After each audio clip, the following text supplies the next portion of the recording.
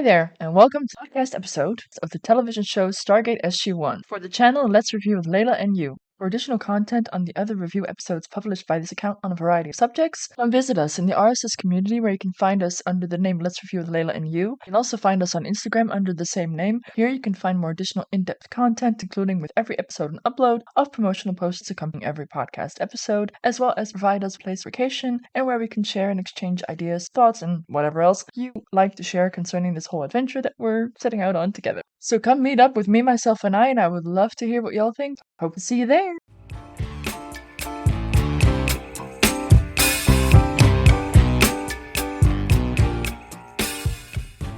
Welcome back for the review of another Stargate SG-1 episode. Today we're reviewing episode 6 called The First Commandment. It was written by Robert C. Cooper, first of many, and the episode was directed by Dennis Barry. The original air date was August 22nd, 1997.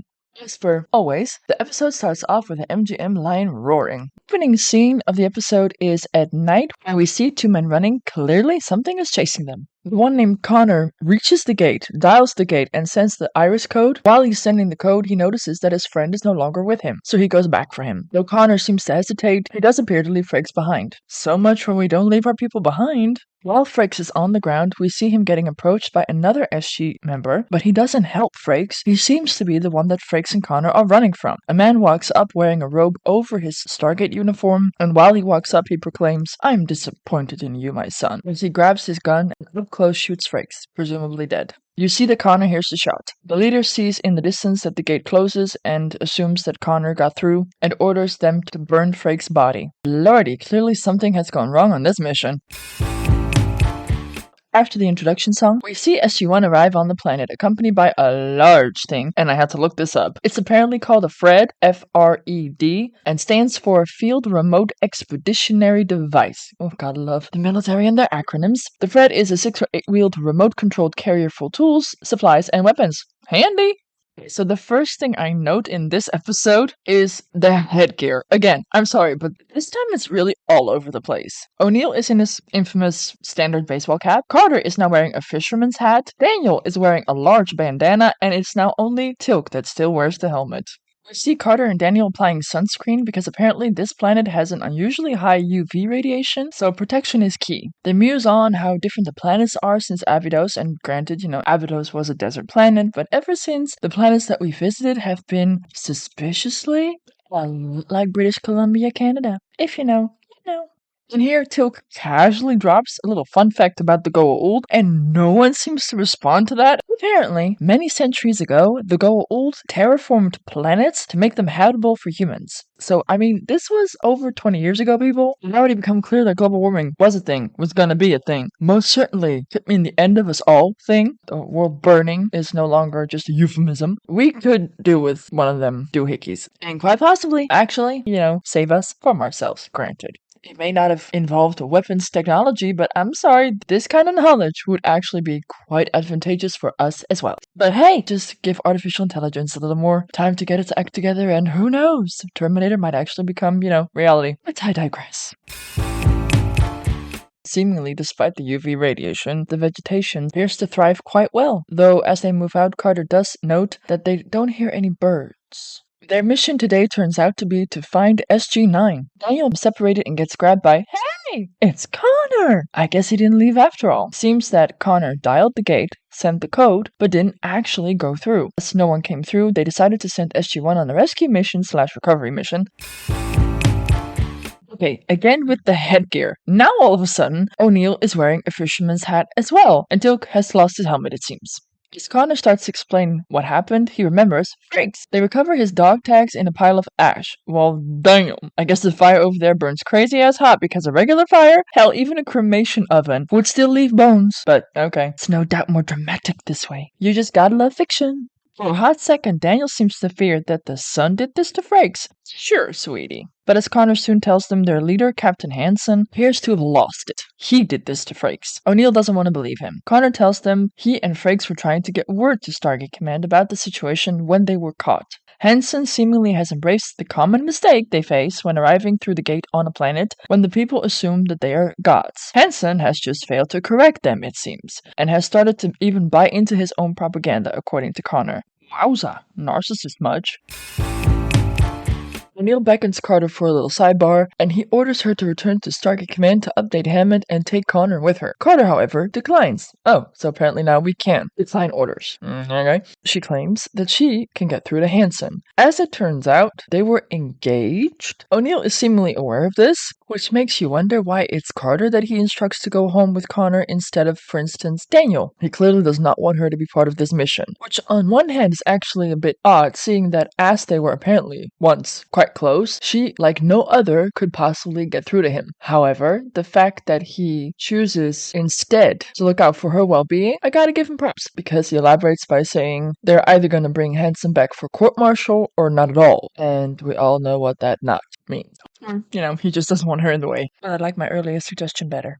After Carter refuses to follow O'Neill's order, also Connor refuses his order and says he doesn't want to go back to Earth. He explains there are thousands of followers who won't hesitate to kill for Hansen because they truly, genuinely believe that he is their god. Now first Carter and now also Connor respond to a direct order from Colonel O'Neill with, "No sir." He jokingly adds, "Does it say Colonel anywhere on my uniform?" And it's supposed to be a rhetorical question. However, funnily enough, actually, no. Apparently it doesn't anywhere on your uniform say that you're a colonel. And this later becomes actually a recurring joke throughout the show.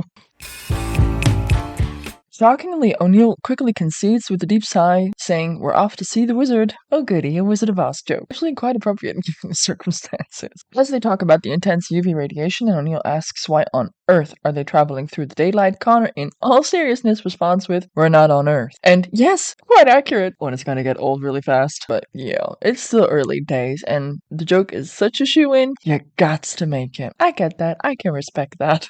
Interestingly enough, as Carter points out, even in the pouring rain, they'd still be burning without the proper sunblock. And it wasn't until someone online pointed that out that said if that really was the case, the UV radiation was really that strong, they would have had to wear protected sunglasses at all times, otherwise their eyeballs would get severely burned and, ow, painful. But yeah, and of course it's fiction, so you can't put them in ski goggles the entire time. But noted. Next, we see Carter and Daniel at night by a campfire eating, and Daniel comments, probably with a little wink to the movie, saying, "This tastes like chicken." But he doesn't exactly look happy, unlike the movie, and we soon find out why. Apparently, it's supposed to be mac and cheese. And yeah, that should not even be remotely in the range of possibilities. Someone has seriously messed up if you can fuck up mac and cheese. I mean, if ever there was an easy meal to make, either from scratch or from a little baggie, how can you fuck up mac and cheese, dude? They're really ramping up the Wizard of Oz jokes. Carter asks Connor if they need to lie awake and worry about any of the indigenous lions, tigers, or bears. Oh my. Okay, I added the oh my, but for real, you hear it in your head when you watch that scene. And yeah, this is evidently a very Wizard of Oz heavy episode. As Daniel rightfully points out, how could this have happened when SGC personnel are apparently well-trained professionals? And yeah, one would think, considering the missions that they have to go on. And also with psyche evals, you think you would have noticed if someone had a narcissism god complex, because it's kind of par for the course when they arrive on planets that people think that they're gods. You think they would make sure that their own personnel could handle that kind of perception and not let it go to their heads.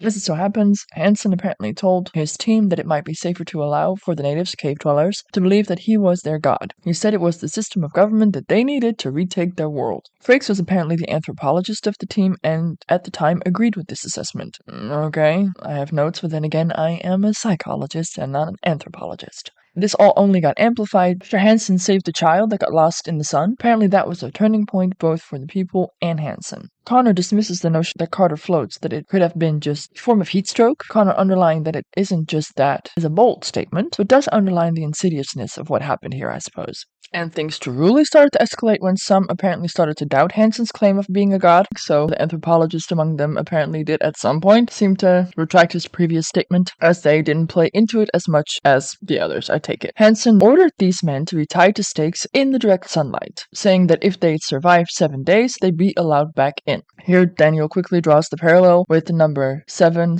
days being a number of significant biblical events, because, yeah, this is clearly a God complex-centered episode. Of course, eventually the men still died, because slow cooking in the sun tends to do that to you. Now, O'Neill first didn't seem to believe or even want to believe what Connor was telling them. You see now that he is visibly shaken and angered by what he hears, as he announces that he will take first watch. No doubt after hearing all of this, he's not exactly feeling all that sleepy and he needs some time to think. We see that at night the people are hard at work building a temple, and this really gives you some biblical let my people go ancient Egyptian building the pyramids kind of vibe. Hansen doesn't think the temple is getting built fast enough and orders them to work day and night from now on, and proclaims that it is a sacrifice that will lead to their salvation. Oh Lord Almighty. How often righteous assholes in the name of religion suddenly find it all too acceptable to sacrifice the people that they think of as lesser for their own cause. Ugh, I may vomit. Back at the camp, Connor and O'Neill, during their watch, notice that they are surrounded, and they appear to chase them away by using their guns, but as the cave dwellers flee, they discover that Connor has apparently been taken, and it all was a distraction. As Daniel and Carter the next day are talking about the taking of Connor being a way for Hansen to show them that he's in control, Carter scathingly says, that sounds familiar, as she says she knew Hansen to be a man who likes control, and hello, that is a definite red flag, as that behavior, particularly in the patriarchal society that we live in, can very quickly step into abusive. Daniel wonders what she ever saw in him, and she answers, I don't know, I guess I've always had a soft spot for the lunatic fringe. And the camera work, you gotta love it, they're clearly trying to imply something here. The camera very clearly holds O'Neill in between them as she says this, as he's walking behind them, clearly trying to tell us something. They even show an up-close of O'Neill responding to that statement. Carter continues to add, saying that Hansen was charming, and also that apparently she wasn't all that surprised, and presumes that it's actually quite fitting that someone might develop a little god complex after too many black ops. And Daniel, bless that man. He says our military seems to select soldiers, and the crazier that they are, the more extreme the situations that they are put into. And while he's saying this, you see him looking back at Jack, and oh yeah, because clap back to the movie where the military apparently saw it fitting to send a grieving suicidal father to lead the mission to Abydos. Case in point.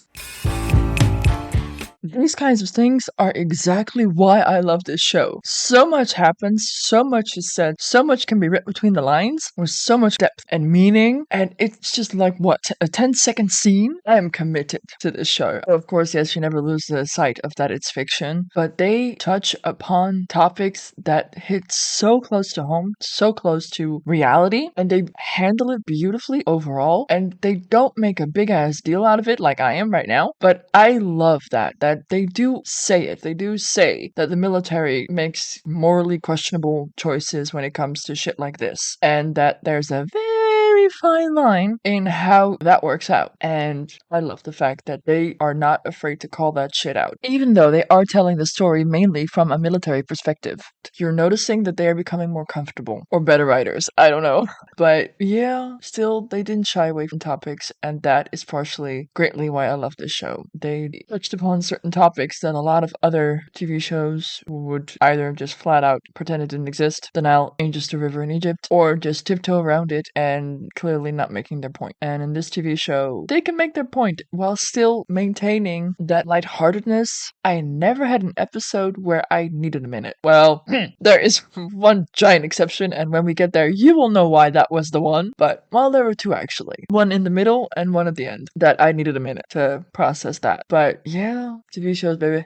It truly is an art form that can really matter and inspire and give you all the feels. For instance, in contrast, there have been some episodes, particularly on Criminal Minds, that stick with you. And same with Law & Order Special Victims Unit. They both are very good shows. I recommend because it highlights a lot of the dark and twisty psychological profiles of people in our society. And if we would just shine a light on it a little more and know how to recognize it and also how to treat it better, my hope is that we can hold people accountable sooner and thus hopefully minimize the damage, at least mitigate mitigate it a little better. And I mean, the fascination with true crime is way there, it seems, lately, although that mainly has to do with sensationalizing serial killers, which I approve of a little less. But hey, if it makes you more aware of what people are capable of and also the signs that you should look out for, God bless. Go forth and educate yourself. I think we would be a lot better off for it. However, that is not a TV show that you should binge, because then it just gets very depressing. For instance, ER TV show, I absolutely commend them for writing, making, and airing the episodes of Dr. Carter, later Dr. Kovac,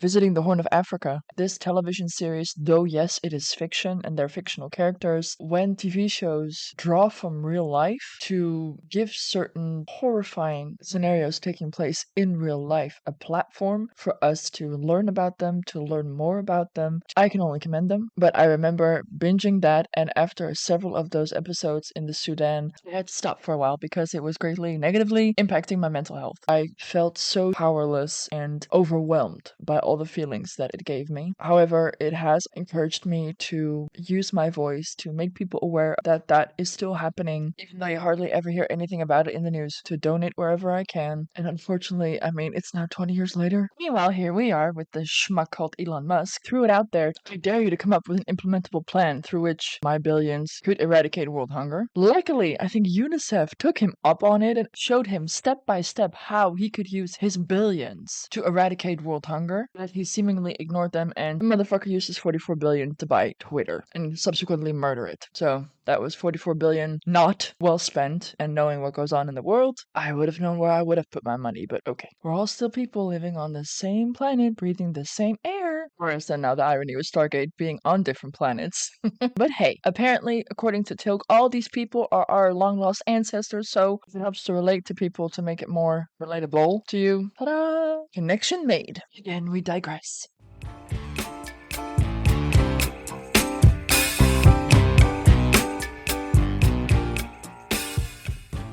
Next, we see that Tilk stops them in their tracks as they have seemingly come upon the temple building site where people are slaving away trying to build that temple that Hansen so desperately wants. We also see multiple men, including Connor, tied to stakes in the direct sunlight. Tilk notes that this way there won't be anyone left to worship Hansen if he keeps working his followers to death. Daniel draws the parallel to the cave dwellers' behavior to Abraham, so I wonder why it was Abraham that he drew a parallel with and not Moses, as in let my people go. But that could just be me and my ignorance. Tilk, of course, not being from Earth, knows who Abraham is. So Daniel explains that God tested Abraham's faith by instructing him to make a great sacrifice, his son. And Abraham nearly killed his son until at the very last minute an angel stepped in and stopped him. Okay, and with this next bit, I know I'm not going to make a lot of friends, possibly quite a few enemies, but let me again reiterate, I invite you to share your thoughts and feelings on this, respectfully. That's what this podcast is all about. So this part is all me, and the and you part is when y'all turn this monologue into a dialogue. This podcast is a review by me, Leila. It's highly subjective. I'm not saying that my way is the only way, the right way, and I'm hoping that it doesn't need to be said that this is all in my opinion. I'm not stating facts. I'm stating my belief, my thoughts on things, my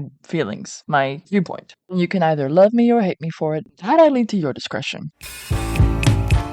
To this day, that Abraham story does not make any sense to me, or what it was intended to instruct. Let me tell you why. It seems to imply that it is beneficial, desirable, to blindly follow someone who claims to be an authority figure, your God, and kill a beloved to show that you have blind faith in that authority figure. That sounds dangerously abusive behavior to me. Plus, it also invites someone to temporarily park their own moral beliefs. I mean, what about the commandment, thou shalt not kill? Apparently, when someone in a position of authority, someone that you look up to, tells you, oh no, you can ignore that one because I said it. It always made me feel uncomfortable. It always, to me, only highlighted the dangers and also made me fear blind devotion. That's why I would be a very bad soldier. I'm all for the brotherhood, the one for all for one mentality, but blindly following is not a skill that I have acquired, for better or worse. I would want to know why, because I want to make my own moral judgments. Anywho, also, they say that God uses Abraham's faith as an example of the type of faith required for salvation. Okay, Okay, so by following someone's command to do something we all agree is an unforgivable act, murder, grants you salvation? Again, slippery slope, my friends. How about you just don't kill? To me, this only shows that no wonder a lot of people know about the commandment thou shalt not kill, but still find a gazillion reasons to justify killing, oftentimes in the name of God.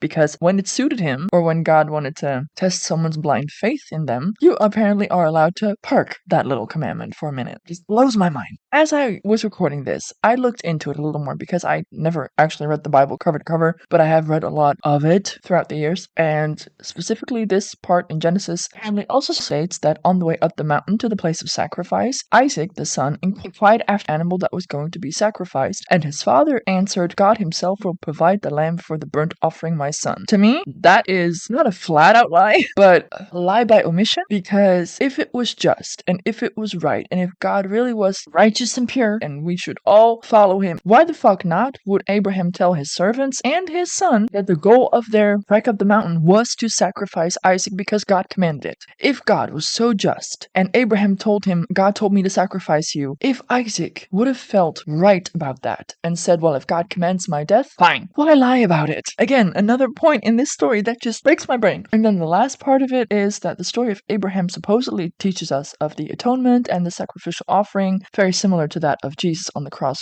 dying for the sin of mankind. And to me, again, that also has always made me stop and think, what kind of a sacrifice was that? I mean, we sinned before Jesus, clearly. Shit, the crucifying of Jesus was a sin in and of itself with the whole, torture and murder. Plus, we are still full on sinning right now, so apparently we didn't really learn a lesson or, changed anything. So a fat lot of good all that suffering did him or us, it seems. And to this day, some people actually use it as a get out of jail free card because, hey, Jesus died for my sins on the cross, and just say a few Hail Marys and off you pop. And I know that strictly speaking, you're supposed to be contrite and show remorse and all that jazz, but that is just a lot of gray that people will always find a way around. Just to me, it invites so much morally questionable reasonings that just to me, it's like what happened to Jesus. And yes, I do believe that there was a man a la Jesus. I mean, hello, in the last 150 years, we had a Mahatma Gandhi, we had a Nelson Mandela. I mean, we know that they exist, people that are magical and inspiring for us to connect to our humanity, be better, do better. That's what I admire about those people in our history. But other than that, just all I see is murder, and nothing justifies that. Like self-defense, yes, but then it is a murder, then it's self-defense. Anywho, the part that kind of shits me is that God talked to Abraham and ordered him to kill his son. However, in the end, it isn't God that stops Abraham, apparently. It's an angel, supposedly sent by God, but hey, who knows? Maybe it was a rogue angel, a la Castiel, that intervened. And in the end, instead of Isaac, now a ram was provided to be sacrificed. So actually,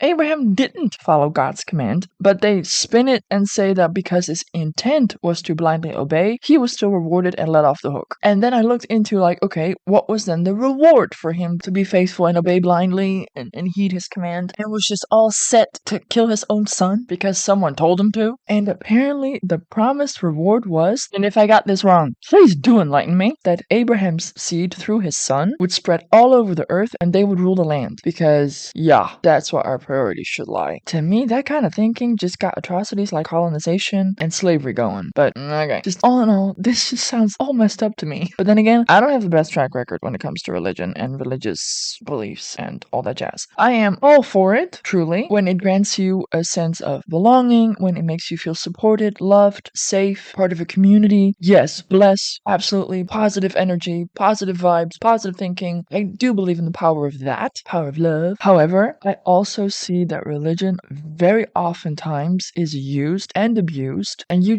lose me once you're placing yourself above someone else, purging to either give away or allow someone to take away your own sound judgment, your humanity. To me, that is a very slippery slope that opens the door to a lot of abuse and manipulation, and hardly ever gets used for good. And also, a lot of religions inherently place one or someone above another, and I do not respond well to that. I do not respond well to any kind of ableism or supremacist thinking or acting, so yeah, there's also that. That's basically where you lost me with Christianity. As soon as I heard that commandment from I am your one true God and you shall put no other God before me, above me, I don't know what the actual phrasing is, but that was like, to me, that was the point where I went, okay, and I'm done. Like, I'm all for learning all the different perspectives, and we have all different experiences and perspectives and viewpoints, and I think our differences are our strengths, and we can only learn from each other and gain from each other. That is how I view it, but oftentimes our differences are villainized, used to play us out against each other, and yeah, ableism has played a very big part in my life, not in positive ways, so that I'm a little sensitive to that particular construct. I mean, it makes sense, it can be easily explained where that comes from. Oh boy, here I go again with making the episode longer than the actual episode itself. But I mean, hey, it's an episode about religion, and religion has caused a lot of conflict and generates a lot of feels and thoughts that have occupied us for many thousands of years. So I think, yes, religion does continue to play a part in this TV show. This one particularly really was very Christianity heavy.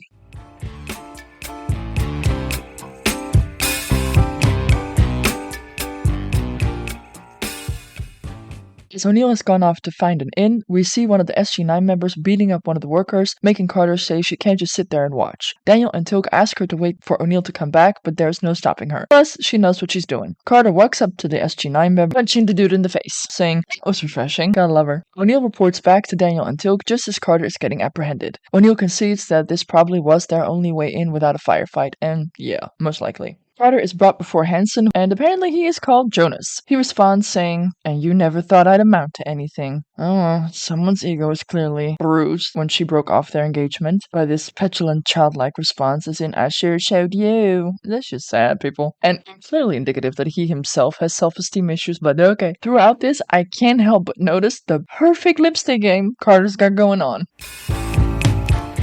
Jonas truly seems to believe that he is helping the people after being taken from Earth and forced into slavery. When Carter calls him out for posing as their god, this sets him off, saying it's a matter of definition. He adds, "My people need me, believe in me, and because of their belief, they work, building a civilization which is better than rotting in caves." I mean, see, this is my point. It's a slippery slope, because what he just did is shift the slavery, not resolve it, not save them from it. He just now shifted it to serve his own purposes, and still fully seems to believe that that is righteous and behavior befitting a god. Jonas shows Carter drawings in the cave, saying he wishes he understood them, but explains he can't ask the people about it because supposedly he is all-knowing. Oy, again, I may vomit. Through all of this, it sometimes truly baffles me the inherent error in that way of thinking. The belief asking questions is not befitting of a superior being because he is supposed to know everything. All that does is feed into the narrative that you are superior or a superior being when you know a lot. And if you don't know something, that is sign of inferiority. And that kind of thinking is very ableist.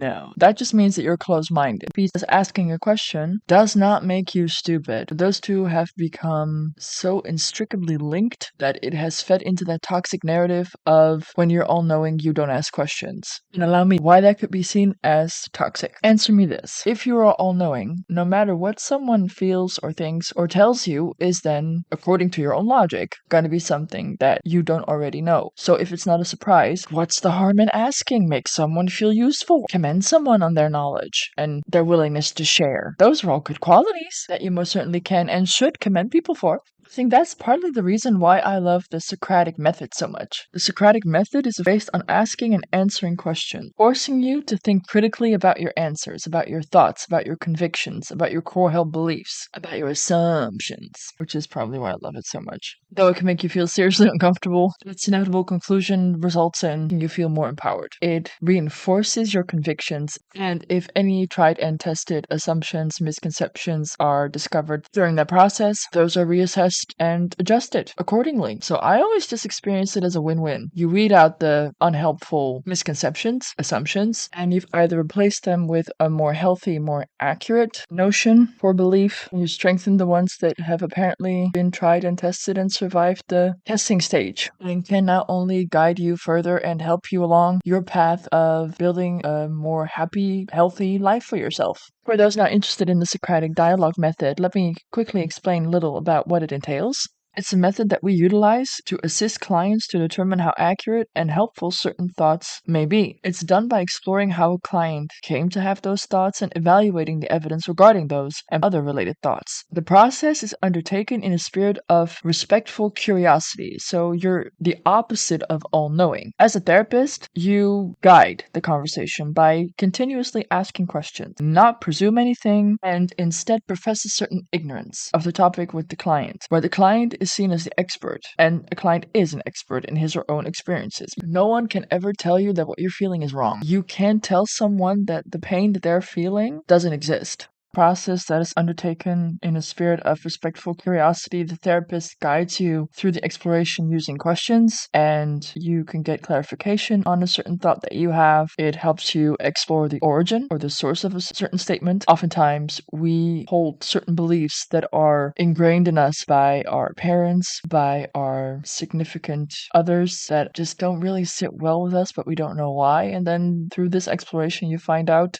that uncomfortable feeling that I keep having is because I am trying to live my life according to someone else's expectations, or, something along those lines. It helps you examine the implications and the consequences of a certain statement, for instance, where it can highlight and possibly over exaggerate a certain fear, and thus it holds you back from doing something that you really want to do but are too afraid to do because you are afraid that when you do it, the sky's gonna fall. And it also can help you explore alternative viewpoints and roads to be taken, like what would happen if you would quit your job today, and what would happen after that, and then what would happen, and then what would happen. So it really forces you to think things through and to test how accurate those statements, feelings, viewpoints, roads taken make you feel, because there is no wrong or right, because if it feels wrong to you, that's all that matters. Your feeling is clearly trying to tell you something, because what's right for you isn't necessarily right for someone else, and vice versa. What's wrong for you isn't wrong for everyone, but you're not everyone, you're just you. So by all means, do you. Fuck the rest. And yes, trust me, I know, I'm a people pleaser, born and bred, so that is easier said than done, but Lord have mercy, once you finally let that go, so much better.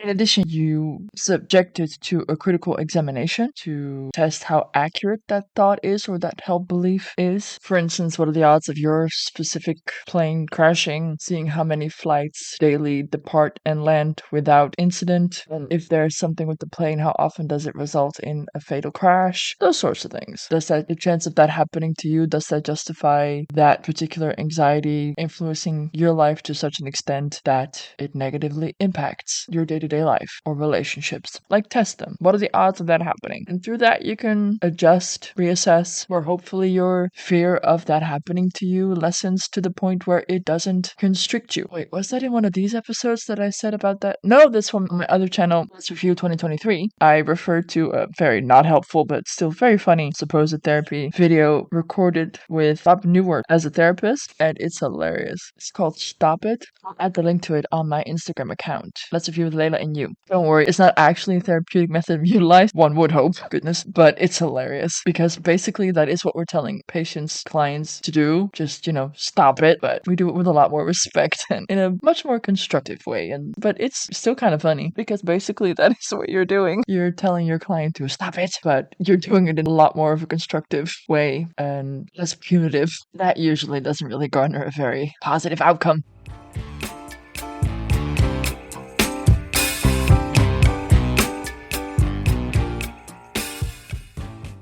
Lord have mercy, we have deviated quite a bit today. But hey, you can't claim to be an educational podcast when you don't seize an opportunity to educate and share your knowledge. Or in this case, my knowledge as a therapist. Share your knowledge with the world, hopefully creating a better world. But yeah, enough of that. Now let's get back to the episode. When Carter is with Hansen in the cave, she gets the drop on him. He reminds her that killing their savior might irritate the people, but at least he'll be gone. And she doesn't need to kill him. Or even shoot him. She could just knock him out. She was a level 3 advanced or something, right? Or I don't know, shoot him in the leg? Show them that he's human, just like the rest of them. Now, what she does by not pulling the trigger is just feeding into his belief of invincibility and vomit-inducing narcissistic tendencies that this man has. As he states, you had the gun. You appear to have all the power, yet I was in control. That is the strength of a god. I am slightly disappointed in you right now, Captain Samantha Carter. Jonas goes on saying the mere survival of these people will require unquestioning faith and pure devotion, which, well, there's your parallel to Abraham. Cave dwellers dying in building a temple is, according to Hansen, merely separating the wheat from the chaff. And oh yeah, that is reasoning that we also have heard before. Back on the ridge, the boys' plan is to single someone out to approach, and we see the man slinking off that got beat by the SG-9 member to go drink at the creek. Meet Jamala. Daniel introduces them, and Jamala even recognizes Teal'c as a Jaffa. Daniel tries to ease Jamal's fear of Teal'c by asking Teal'c to smile, and he just, no. I mean, it's got nothing on Sheldon, but jeez. O'Neill even responds with, "You're gonna have to work on that a little bit," and yeah. It's not like you're a robot. Jamala tells them that if they finish the temple, Jonas has promised to make the sky orange. Apparently that'll make it safe to be out in the daylight. Teal'c, surprisingly, seems to recognize what this is referring to. The device Teal'c draws, Jamala recognizes, at the same time that we see Hansen show Carter this exact device in one of the caves. Apparently he's already figured out that it's a device left by the Goa'uld, and Carter now realizes that Hansen never wanted to see her, but he wanted her to come to figure out how to turn on the device. He tries to deny it by saying that he wanted her to become his goddess. Yeah, sure, keep peddling that. And as she, of course, refuses to turn the device on or even try to figure out how it turns on, he stone cold threatens that if she refuses, they will just wait and watch every single cave dweller die in the sun, after which he will kill them both. And yeah, shared murder-suicide already planned out is usually a bad sign. That whole do what I ask or else. If there ever was a red flag, people, that's a big one. Next, you see him pulling out a Bible, and as he's flipping through it, he says that he'd been carrying it around with him for years, looking for God, after which the camera zooms in as he says, "And here I am." And that just makes your skin crawl. And I mean, yes, I believe that God is in all of us, or as Reverend from Rum DMC always said, God is love. I do believe that, but people who claim to be God incarnate or the hand of God or the voice of God or believe that they're closer to God than you, that just, no. Those kind of people just skeeve me out. Because in doing that, they're putting themselves up on a pedestal, raise themselves to a higher level of importance, which often is synonymous to worthiness. Just, again, slippery slope. Like I said, that for me is triggering, like that we're different and that we can learn from each other, yes, of course, but in worthiness, we are all the same, in my opinion. I'll add it for this one.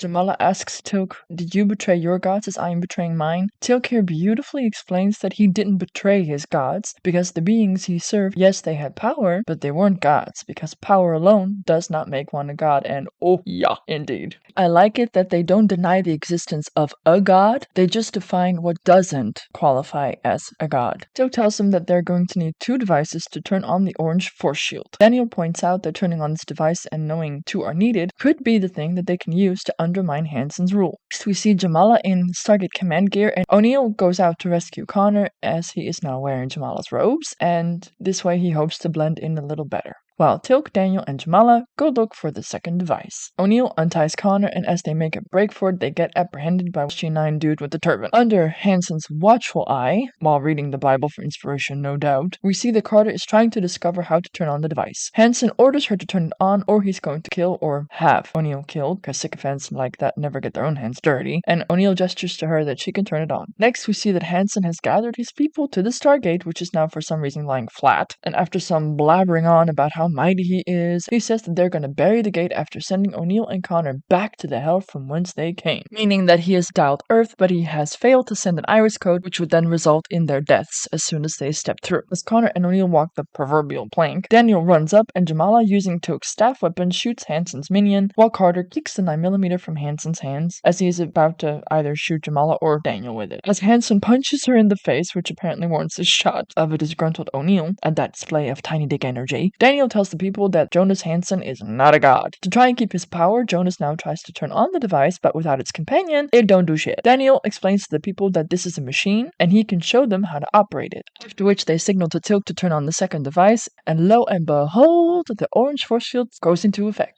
As all now seems lost, Jonas grabs Carter and tries to jump both of them into the wormhole, resulting in their deaths, but of course our mighty Colonel O'Neill stops him, which then allows the people to jump on Jonas. Seems they finally got with the program and realized that Jonas had been lying to them. Oh, how the mighty have fallen. They grab Jonas and toss him through the gate. Though Carter looks a little saddened by that, mostly her face just clearly says, that's what you get for dicking around. So wrap up the episode, we see Carter and Daniel finally have found their helmets. O'Neill, though, is still wearing his fisherman hat. They discuss whether or not to give the people the advice to bury the gate after they leave. Teal'c doesn't believe that the Goa'uld will be back, so wherein lies the harm? Daniel even sees them coming back, but Carter thinks that they've done enough to the people of this world, and I kinda have to agree. While thumbing through Hanson's Bible, O'Neill asks Carter what's on her mind, as she's clearly still struggling with something, and she confesses that she had the chance to end this, but didn't. O'Neill tells her that killing a man is no badge of honor, and ain't that the truth? He gestures to the Bible in his hands, referencing to the commandment, thou shalt not kill, mistakenly thinking that it's the first one, hence probably the name of the episode. Though I kinda have to agree with O'Neill. I think that should be the first commandment. Love thy neighbor and thou shalt not kill. That covers the most important bits, right? Done and done. But he drives his point home by saying every time that you break the commandment, the no killing part, you take a step closer to Hanson, and yeah, I think that beautifully interprets that commandment and the choice whether or not to park it when it suits you. The episode then ends with Daniel dialing the gate and the team going home, leaving the people behind with an orange sky. Lordy, that has got to do a number on your eyes after some time, right? But I guess, everything's better than fried eyeballs.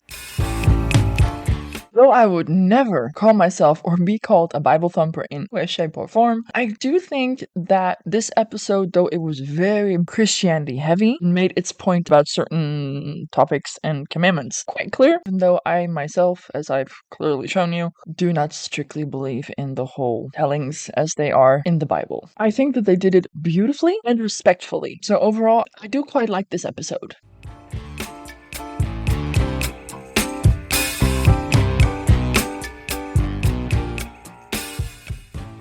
Next up is episode 7, Cold Lazarus, which gets us very up close and personal with Colonel O'Neill. I do hope to see you there.